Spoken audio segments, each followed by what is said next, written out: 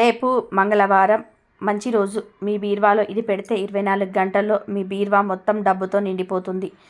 మంగళవారం బీరువాలో ఇది పెడితే నోట్ల కట్టలు మీ ఇంట్లో పడతాయి. వీటిని బీరువాలో పెడితే అనవసరంగా చేసే ఖర్చులు కూడా తగ్గుతాయి. లక్ష్మీదేవి అనుగ్రహం కలుగుతుంది. మంగళవారం లక్ష్మీదేవిని పూజించి ఈ మూటను బీరువాలో పెడితే ఇక మీకు సంపదకు లోటు రాదు. మంగళవారం రోజున లక్ష్మీదేవిని పూజిస్తే సకల సంపదలు కలుగుతాయి. అలాగే ఈ రోజున దీక్ష చేయటం వలన లేదా ఉపవాసం ఉండటం వలన కోరిన కోరికలు నెరవేరుతాయని పండితులు చెప్తున్నారు. మంగళవారం రోజు లక్ష్మీదేవిని ఎరుపు పూలతో పూజించాలి. పండ్లు లేదా ఏమైనా స్వీట్స్ నైవేద్యంగా పెట్టాలి. ఇవేవి లేకపోయినా పాలు అయినా సరే నైవేద్యంగా పెట్టవచ్చు. మంగళవారం లక్ష్మీదేవిని లక్ష్మీ అష్టోత్తర శతనామావళి చదివి పూజిస్తే శుభం జరుగుతుంది. మంగళవారం రోజు లక్ష్మీదేవిని ప్రసన్నం చేసుకోవడానికి ఈ విధంగా పూజించండి. ఆ తల్లి అనుగ్రహం తప్పకుండా లభిస్తుంది. ఇక మంగళవారం రోజు బీరువాలో కొన్ని వస్తువులు పెట్టడం వలన మీ వద్దకు ధనం విపరీతంగా వస్తుంది. ఎక్కువ డబ్బు సంపాదించాలి, పొదుపు చేయాలి అని కోరుకునేవారు, ఖర్చులను నియంత్రించుకోవాలి అనుకునేవారు రేపు మంగళవారం బీరువాలో పెట్టండి. మనలో చాలామంది బీరువాలో డబ్బును, నగలు దాచుకుంటూ ఉంటారు. అలాగే ఆస్తి పేపర్లు కూడా బీరువాలో దాచుకుంటూ ఉంటారు. మీరు వీటిని రెట్టింపు చేసుకోవాలని అనుకుంటే బీరువాలో వీటిని పెట్టండి.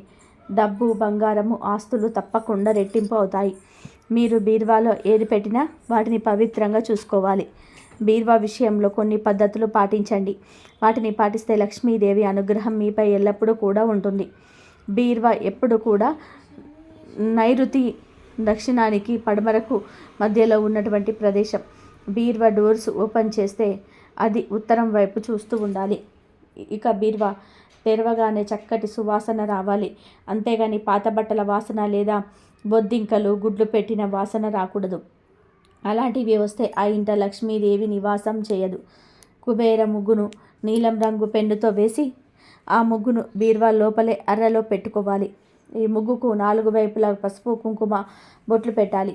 ఈ కుబేర ముగ్గు మీద బంగారాన్ని, డబ్బును పెట్టుకుంటే లక్ష్మి అనుగ్రహం కలుగుతుంది. బీరువాపై ఎప్పుడు దేవుని ఫోటోలు అతికించరాదు. శ్రీశైలం, శ్రీకాళహస్తి, తిరుపతిలో అమ్మేటువంటి ఇనుప స్టిక్కర్స్ బీరువాలపై అంటించకూడదు. ఎందుకంటే బీరువా పడక గదిలో ఉంటుంది కాబట్టి పడక గదిలో ఉండే బీరువాపై దేవుడు ఫోటోలు ఉండకూడదు. ఎప్పుడు కూడా బీరువాపై శుభం, లాభం, ఇంకోవైపు స్వస్తిక్ గుర్తు మాత్రమే ఉండాలి. ఆ స్వస్తిక్ గుర్తు కూడా అపసవ్య స్వస్తిక్ కాదు, సవ్య స్వస్తిక్ అని. అవి కూడా పసుపు రంగులో కుంకుమతోటి బొట్లు పెట్టినటువంటిదై ఉండాలి. ఇలా చేస్తే మీకు లక్ష్మీదేవి అనుగ్రహంతో ఐశ్వర్యాన్ని పొందవచ్చునని వాస్తు నిపుణులు సూచిస్తున్నారు. చాలామంది మహిళలు అతి జాగ్రత్తగా బట్టల మధ్యలో నగదు, బంగారము దాచేస్తూ ఉంటారు. ఇది సరికాదు అని వాస్తుశాస్త్రం చెబుతుంది. బీరువాలో బట్టల మధ్య బంగారాన్ని దాచడం వలన ఆర్థిక కష్టాలు వెంటాడుతాయని హెచ్చరిస్తూ ఉన్నారు. లక్ష్మీదేవి స్థానాలైన డబ్బు, బంగారం వంటి వాటికి విశిష్టమైన దైవత్వం ఉంటుంది. అందుకే వాస్తుశాస్త్రం ఏం చెప్తుందంటే మనం పడుకునే మంచం మీద బంగారము, వెండి, డబ్బులు ఎట్టి పరిస్థితుల్లోనూ కూడా పెట్టకూడదు. మంచం అనేది భోగస్థానం. అలాంటి ప్రదేశంలో దైవత్వం ఉన్న డబ్బు, బంగారము పెడితే లక్ష్మీదేవి ఆగ్రహించి ఆ ఇంటిని విడిచి వెళ్ళిపోతుంది. డబ్బు, బంగారము ఉంచే బీరువాలపైన ప్రయాణాలకు వాడే సుట్కేసును, పనికిరాని అట్టపెట్టెలు వంటివి సామాన్లు పెడితే దరిద్ర దేవతను ఆహ్వానించినట్లే అని వాస్తుశాస్త్రం చెప్తుంది. నైరుతిలో బట్టలు పెట్టే బీరువా పైన బరువులు ఉంచవచ్చు, కానీ డబ్బులు పెట్టే బీరువా పైన ఎలాంటి బరువులు ఉంచరాదని శాస్త్రం చెబుతుంది. బీరువా విషయంలో ఈ నియమాలు పాటిస్తే మీ ఆర్థిక పరిస్థితి చాలా వరకు కూడా మెరుగుపడుతుంది. అలాగే మీ ఇంటిపై లక్ష్మీదేవి అనుగ్రహం కూడా ఎల్లప్పుడూ ఉంటుంది. ఇక రేపు మంగళవారం బీరువాలో ఏం పెడితే మీ బీరువా నోట కట్టలతో నిండిపోతుందో ఇప్పుడు మనం ఈ వీడియోలో తెలుసుకుందాం. అంతకన్నా ముందు మరణం అనేది ఏ రూపంలో అయినా సరే రావచ్చు అని తెలిపే ఒక జ్ఞానవంతమైన కథను విందాం. ఫ్రెండ్స్, ముందైతే మా ఛానల్ని సబ్స్క్రైబ్ చేసుకొని మాకు సపోర్ట్ చేయండి. అలాగే మా వీడియో నచ్చితే లైక్ చేసి షేర్ చేయండి. అలాగే ఎందుకంటే మీ సపోర్ట్ మాకు చాలా అవసరం. ఇక కథలోకి వెళ్తే, పూర్వం ఉజ్జయిని రాజైన విక్రమార్క మహారాజుకు ఒక కొడుకు పుట్టిన తరుణంలో రాజు ఆస్థాన జ్యోతిష్యులందరినీ కూడా పిలిచి జననకాలమును బట్టి తమ కుమారుని జన్మపత్రికకు లెక్కించి ఆయుర్దాయనం లెక్కించవలసిందని కోరుకున్నాడు. అక్కడికి వచ్చిన జ్యోతిష్యులందరూ కూడా జ్యోతకంను సిద్ధపరిచారు, గ్రహస్థానంలో బలపరిచారు. పరిశీలించి కుమారునకు 18వ ఏట ఏదో ఒక గండం ఉన్నదని ఊహించారు. కానీ దాని స్వభావం ఎలా ఉంటుందో, దానివల్ల రాకుమారుడికి గండం ఉందో లేదో ఖచ్చితంగా చెప్పలేకపోయారు. కానీ గండం గడిచి బయటకు పడవచ్చునని కొందరు జ్యోతిష్యులు చెప్పారు. దీనికి భిన్నంగా మీరాచార్యులు ఆ బాలుడు 18వ ఏట ఫలానా మాసమున ఫలానా దినమున సూర్యోదయం అనంతరం 27 గడియలకు వరాహము వలన ప్రాణములు కోల్పోతాడని జంకు బొంకు లేకుండా నిర్మోహమాటంగా నిర్భయుడై రూఢిగా చెప్పాడు. ఆ రాజు జ్యోతిష శాస్త్రం నందు అధిక విశ్వాసము కలవాడనందుకు మరియు జ్యోతిష్య విద్వాంసులపై గౌరవంతో మిహిరుడు చెప్పిన మాటలపై కోపగించుకోకుండా రాకుమారుని కాపాడుకోవడానికి తగిన జాగ్రత్తలు పరిహారాలు చేస్తే దైవకృప వల్ల ఆ గండం యొక్క ప్రభావం తగ్గుతుందేమోనని అనుకుని మంత్రులతోనూ శ్రేయోభిలాషులతోనూ ఆలోచించి కుమారుని దక్షిణార్థం తగిన జాగ్రత్తలు తీసుకొనెను. రాజ్య భవనమునకు మైలు దూరంలో 7 అంతస్తుల భవనం ఒకటి నిర్మించి దానిని చుట్టూను 80 అడుగుల ఎత్తున ప్రాకారమును కట్టి క్రిమికీటకములుగా లోపలికి ప్రవేశించుటకు వీలు లేనంత గట్టి చేసుకొని కుమారునకు కావలసిన సమస్త సౌకర్యములను ఏర్పాటు చేసెను. విద్యాభ్యాసమునకు కూడా ఆ భవనంలోని తగు ఏర్పాట్లు చేసెను. జ్యోతిష్యులు పేర్కొన్న గడువుకు ఇంకా 2 రోజులు ఉన్నదనగా ఆ భవనం చుట్టూ అడుగడుగున అంగరక్షకులను నిలిపి ఒక్క ప్రాణి కూడా లోపలికి పోకుండా హెచ్చరికలతో భటులకు ఆజ్ఞాపించెను. కుమారుని దేహ ఆరోగ్య స్థితిని తెలుసుకున్నటకు వైద్యులను ఏర్పాటు చేసెను. ఆ రోజు మధ్యాహ్నము 3 జాముల వరకు వైద్యులు తడవకు ఒకరు వెనుక ఒకరు వచ్చి రాకుమారుని క్షేమమును గురించి తెలుసుకున్నారు. రాజుగారు 2 సభలో జాగ్రత్త ఫలితములను గూర్చి దైవజ్ఞానులతో చర్చించి జరుపుచున్నారు. కొందరు దైవజ్ఞులు మిహిరాజుని జాతక గణనలో ఏదో తప్పు చేసి ఉన్నాడని తమలో తాము బాధపడుచూ ఉండెను. సభాసదులు వారి వారి అభిప్రాయములను రాజుగారికి తెలిపిరి. వారి వారి భిన్నాభిప్రాయములు విని రాజుగారు దైవ వశమున తన కుమారుని గండము తప్పినను ఆచార్యులపై తన గల భక్తి గౌరవమును సడలవని శాస్త్రముపై గురుత్వమే మాత్రమే నశింపదనియు మరింత హెచ్చునని గంభీరంగా పలికెను. అంతలో సూర్యోదయ నుండి 26వ గడియ గడిచెను. అప్పుడు ఒక వైద్యుడు వచ్చి రాకుమారుని క్షేమ వార్త తెలిపెను. తదుపరి అందరూ కూడా రాకుమారుని చూడడానికి బయలుదేరిరి. దారిలో 28వ గడియ సమీపంలో ఒక బంటు వచ్చి కుమారుని క్షేమ సమాచారము తెలిపెను.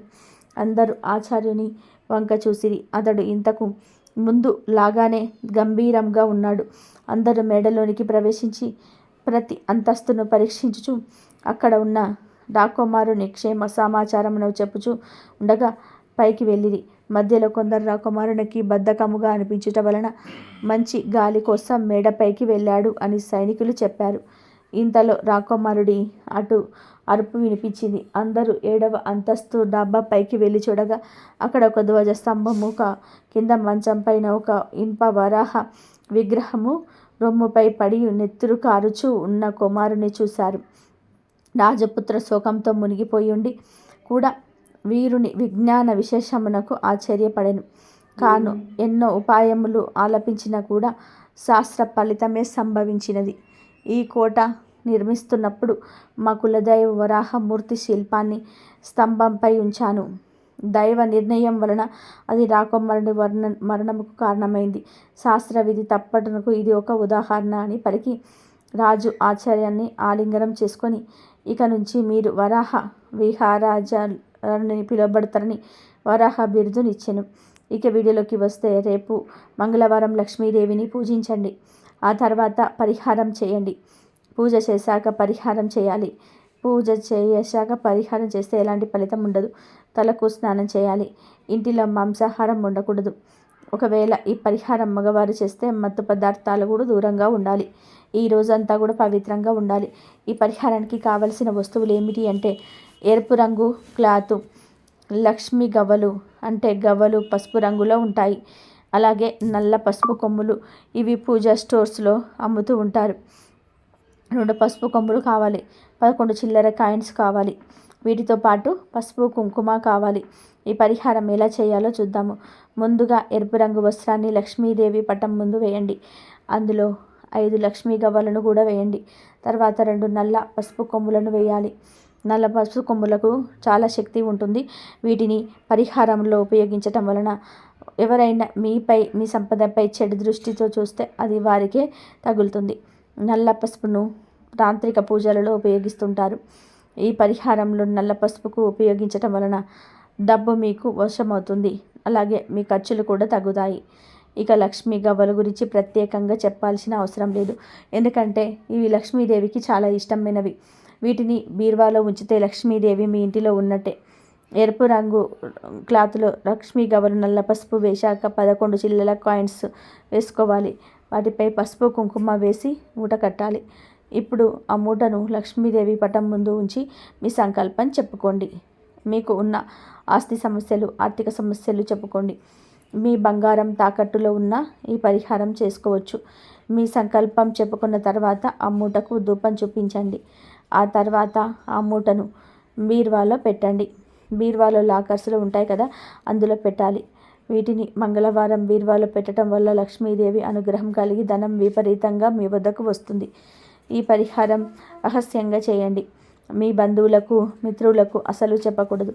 వ్యాపారాలు చేసేవారు ఈ మూటను లాకర్లో పెట్టుకోవాలి. అలా చేస్తే మీ వ్యాపారం అంచెలంచెలుగా అభివృద్ధి చెందుతుంది. ఇక ఆ మూటను 3 నెలలకు మార్చవచ్చు. మూటలోనే వేసినవి దాదాపుగా పాడవవు కాబట్టి వాటిని ఎన్ని రోజులైనా సరే, ఎన్ని నెలలు అయినా సరే బీరువాలో ఉంచుకోవచ్చు. మూట మార్చేటప్పుడు అందులో ఉన్న లక్ష్మీ గవ్వలను మరొకసారి పరిహారంలో వాడుకోవచ్చు. చిల్లర కాయిన్స్ను గుడి దగ్గర ఉండే బిచ్చగాళ్ళకి ఇచ్చేసేయండి. నల్ల పసుపు కొమ్ములను మాత్రం పారే నీటిలో పడేయండి. పారే నీటిలోనే వేయాలి. చెరువులో, నదుల్లో, కాలువలలో వేయాలి. ఎక్కడ కూడా వేయకూడదు. ఇక ఆ రెడ్ క్లాత్ను ఉతికి మళ్ళీ పరిహారానికి వాడుకోవచ్చు. ఇలా మంగళవారం ఈ పరిహారం చేస్తే మీ బీరువా మొత్తం డబ్బుతో నిండిపోతుంది. ఈ వస్తువులకు ధనాన్ని ఆకర్షించే శక్తి ఉంది కాబట్టి ప్రతి ఒక్కరు కూడా రేపు మంగళవారం బీరువాలో వీటిని పెట్టి లక్ష్మీదేవి అనుగ్రహాన్ని పొంది సిరి సంపదలకు లోటు లేకుండా ఆనందంగా జీవించండి. ఈ పరిహారం అందరూ చేసుకోవచ్చు కాబట్టి ఈ రహస్యంగా చేసుకోండి. మీ బంధువులకు, మిత్రులకు అసలు చెప్పకూడదు. వ్యాపారాలు చేసేవారు ఈ మూటను లాకర్లో పెట్టుకోవాలి. అలా చేస్తే మీ వ్యాపారం అంచెలంచెలుగా అభివృద్ధి చెందుతుంది. ఇక ఆ మూటను 3 నెలలకు ఒకసారి మార్చుకోవాలి.